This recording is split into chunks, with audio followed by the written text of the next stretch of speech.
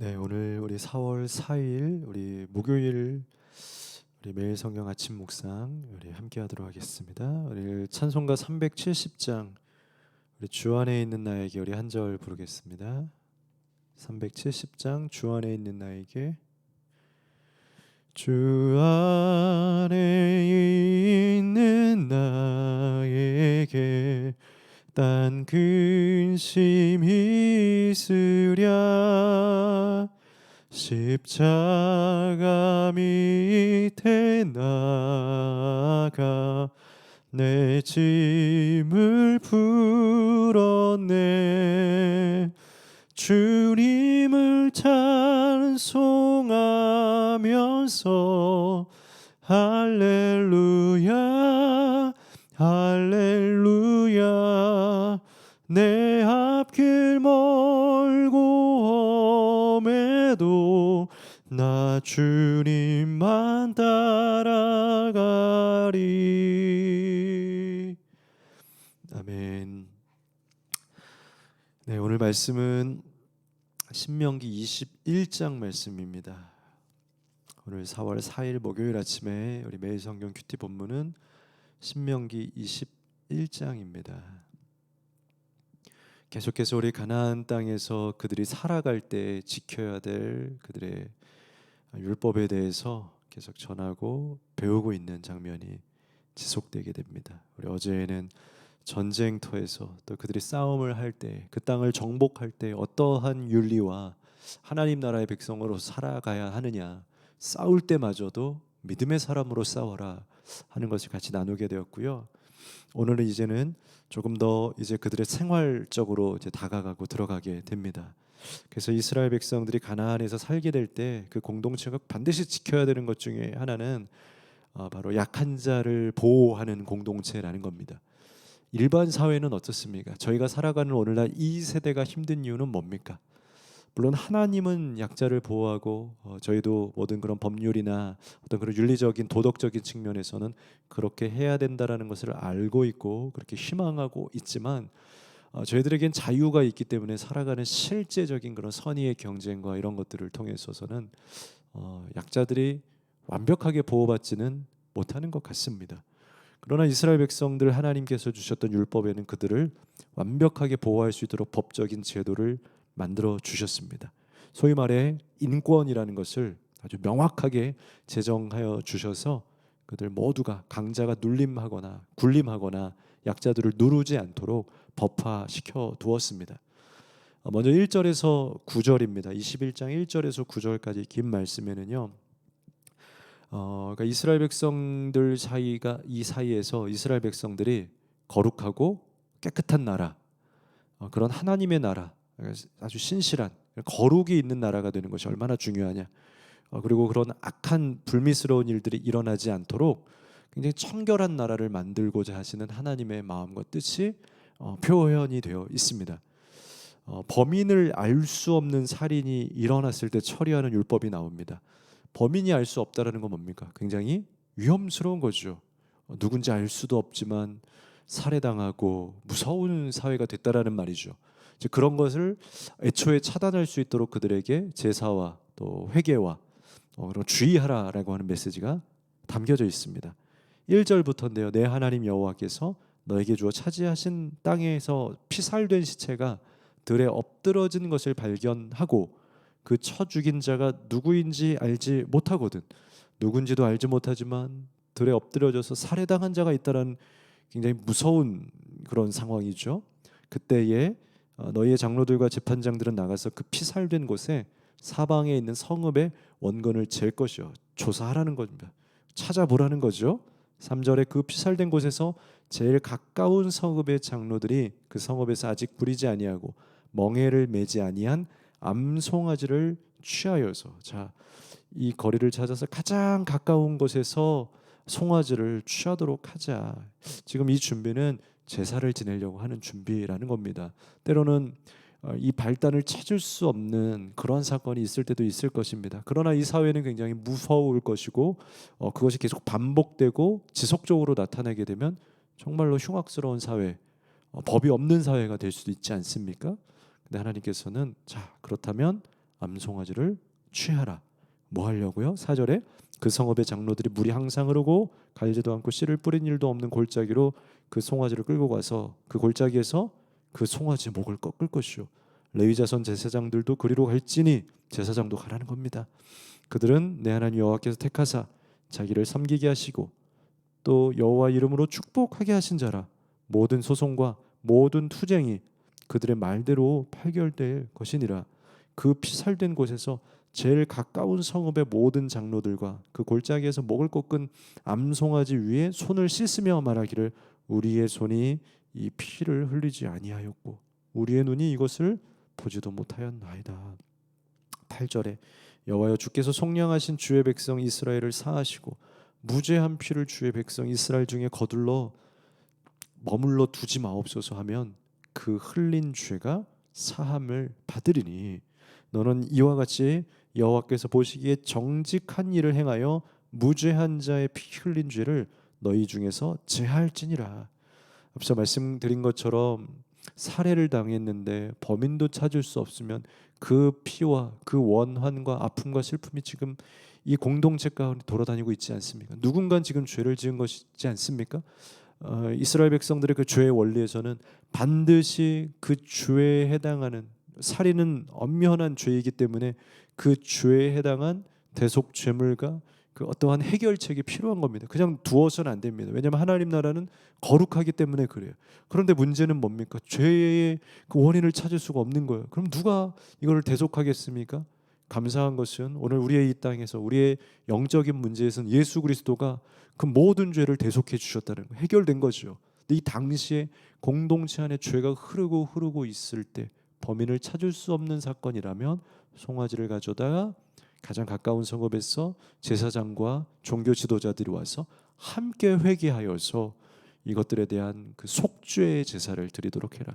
그래서 공동체가 거룩해질 수 있도록, 정결해질 수 있도록 해라. 이것이 이스라엘 백성들이 가지고 있었던 그 생활에서 거룩한 나라를 만들어가는 가장 첫 번째 그들의 원칙이었던 겁니다. 여러분, 우리 나라는, 우리의 믿음의 공동체는 하나님의 믿음의 자손으로서 거룩과 정결을 지키는데, 하나님의 법을 지키는데 가장 첫 번째 원리 원칙이 있어야 됩니다. 내가 사는 방법, 나는 내 스타일이 있어, 난 내 소신껏 살아. 그런 것도 다 중요하겠지만 우리에게 자유가 있겠지만 그 자유라는 것도 어느 범주와 테두리라는 것이 있다라는 것이죠. 우리가 언제나 살아야 될 그 하나님 나라의 백성이라는 그 범주가 있고 그 안에서 지켜야 할 것들을 지켜 나아가며 그 다음에 그 안에서 나의 소신이 있고 나의 자유가 있고 나의 스타일이 있는 겁니다. 너무 나만 주장하고 내 스타일만 주장하면서 하나님의 거룩이 깨지던, 이 세상의 질서가 무너지던, 하나님의 창조 세계의 질서가 깨지던 이런 걸 상관하지 않는다면 우리는 그냥 하나님의 자손이 아닌 겁니다. 하나님의 자손은 하나님의 거룩이라고 하는 1차 범주를 무조건 지켜나가야 합니다. 그래야 그것이 자녀인 거죠.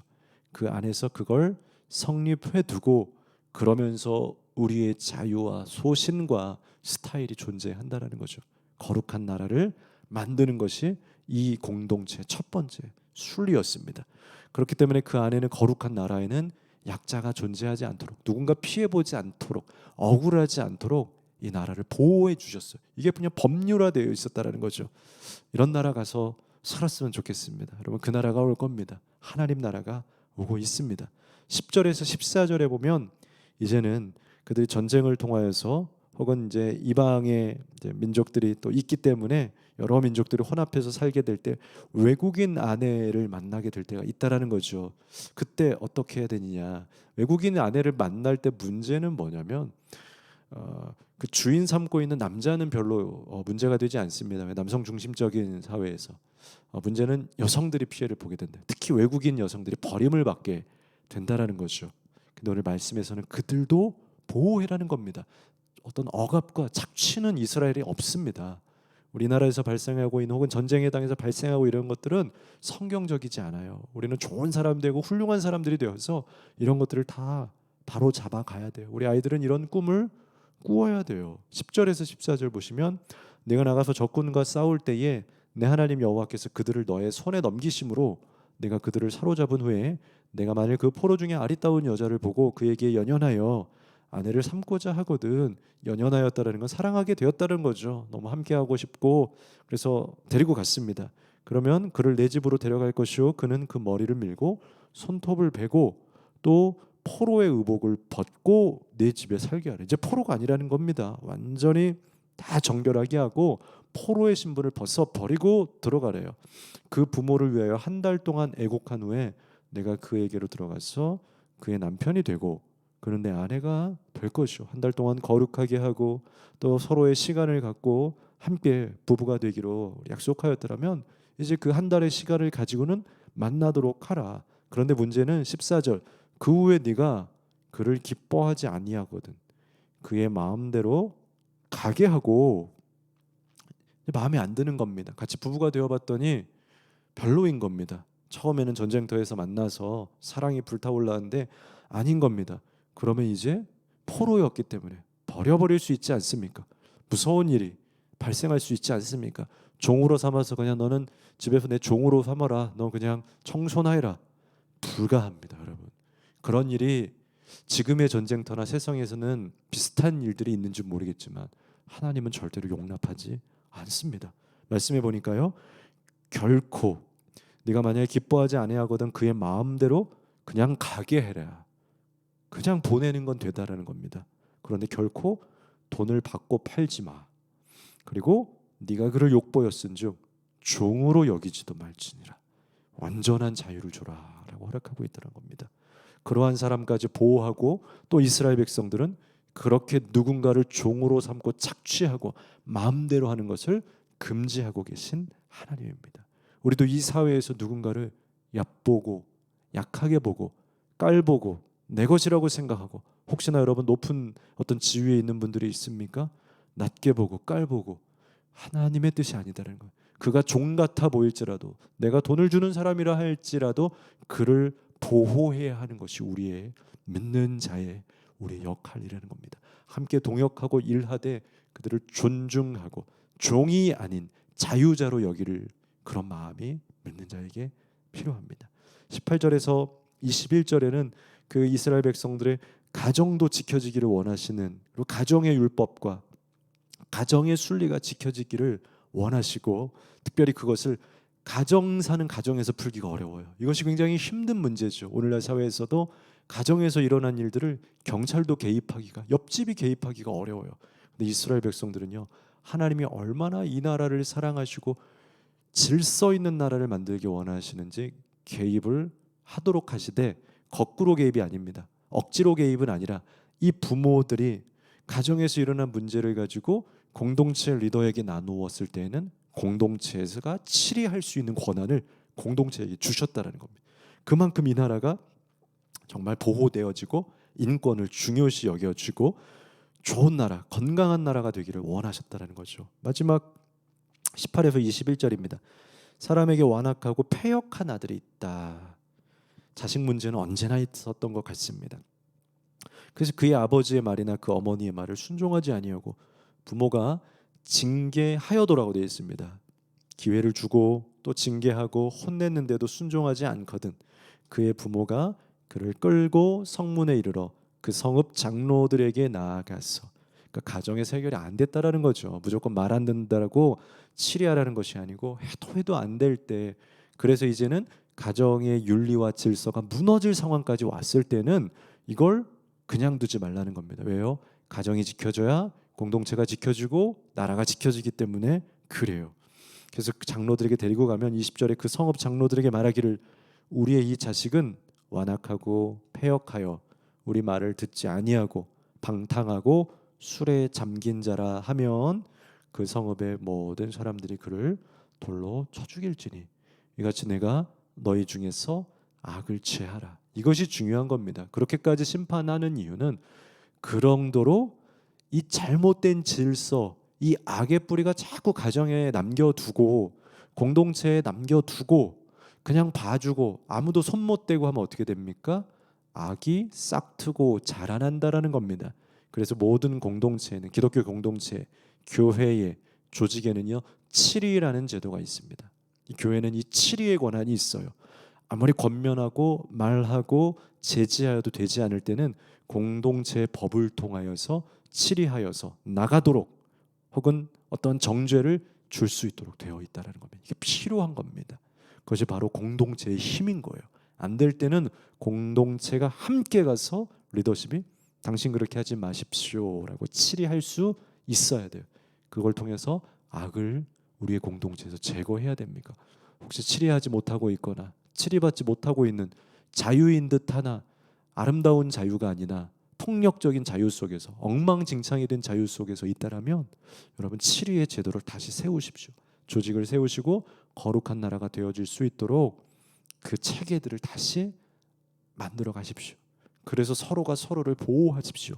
약자도 보호하고 또 부모도 보호하고 강자도 보호하고 윗사람도 보호하고 아랫사람도 지켜주고 이런 나라가 하나님의 나라였습니다.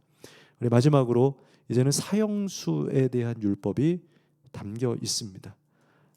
아무리 큰 죄를 지은 사형수가 있다 할지라도 이 사형수의 가족과 마지막 인권까지는 보호하라. 이것이 하나님 나라의 질서이며 복입니다. 하나님은 우리를 치리하시지만 하나님 우리를 심판하시지만 그 치리와 심판은 악한 치리와 심판이 아닙니다. 사랑의 긍휼의 치리와 심판. 어쩔 수 없이 대의를 위해서 모두를 지키기 위하여서는 그것에 대한 치리를 통하여서 악한 뿌리를 제거할 뿐이지 그들이나 그들의 가족을 함께 미워하거나 짓밟는 하나님이 아니세요. 우리는 그런 마음을 가져야 돼요. 때로는 누구를 혼낼 수도 있을 겁니다. 때로는 누구를 질책할 수도 있고 따끔하게 혼내줄 수도 있어요. 그러나 그의 인격을 무너뜨리거나 그의 어떤 자존심을 무너뜨려서는 안 된다는 겁니다. 해야 할 것만 따끔하게 하고 그 이후의 모든 것들은 깨끗하게 클리어하게 그들을 보호하고 존중하고 기회를 주는 것이 필요합니다. 그래서 22절에 사람이 만일 죽을 죄를 범함으로 내가 그를 죽여 나무 위에 달거든 그 시체를 나무 위에 밤새도록 두지 말고 그날에 장사하여 내 하나님 여호와께서 내게 기업으로 주시는 땅을 더럽히지 말라. 나무에 달린 자는 하나님께 저주를 받았음이니라. 이미 저주받고 심판을 받지 않았습니까? 그러니 더 이상 오래 이 시체를 달아주지 말고 달린 시체를 통하여서 가정이 얼마나 힘들어하고 아파하며 부끄러워하며 또 다른 상처를 입지 않겠습니까? 그만하는 겁니다. 금방 내려놔 주하고 장사를 치러주고 거기까지 하면 됐다라는 겁니다. 멈추지 않는 폭군과 같은 복수의 복수를 이어가고 상처의 상처를 이어가고 있는 이 아픈 세상에서 오늘 이 하나님 나라의 율법, 백성들이 살아가는 공동체의 율법 얼마나 소중한지 다시 한번 깨달으며 여러분들의 가정이 공동체가 하나님의 이런 건강하고 서로를 지키고 보호하는 좋은 공동체가 되기를 소원합니다. 기도하겠습니다. 거룩하신 하나님 아버지, 하나님 이스라엘 백성들이 가나안 땅에 들어갔을 때 하나님 나라가 되기를 사모하고 소망하며 그들에게 가정 공동체 또 특별히 죄 지은 자를 향한 서로의 인권과 연약한 자를 보호해 주시는 그런 좋은 마음이 오늘 말씀 속에 담겨 있던 것처럼 우리가 속한 공동체, 직장과 가정에 하나님 나라의 특별한 그러한 하나님 나라의 온전한 그 율법과 그런 체계와 질서들이 있게 되기를 소원합니다. 때로는 치리도 하게 하시고 그러나 사랑으로 품게 하시고 기회를 주어서 약자들이 상처받지 못하도록 지켜 보호할 수 있는 믿음의 사람들이 되게 하여 주옵소서. 예수님 이름으로 기도합니다. 아멘.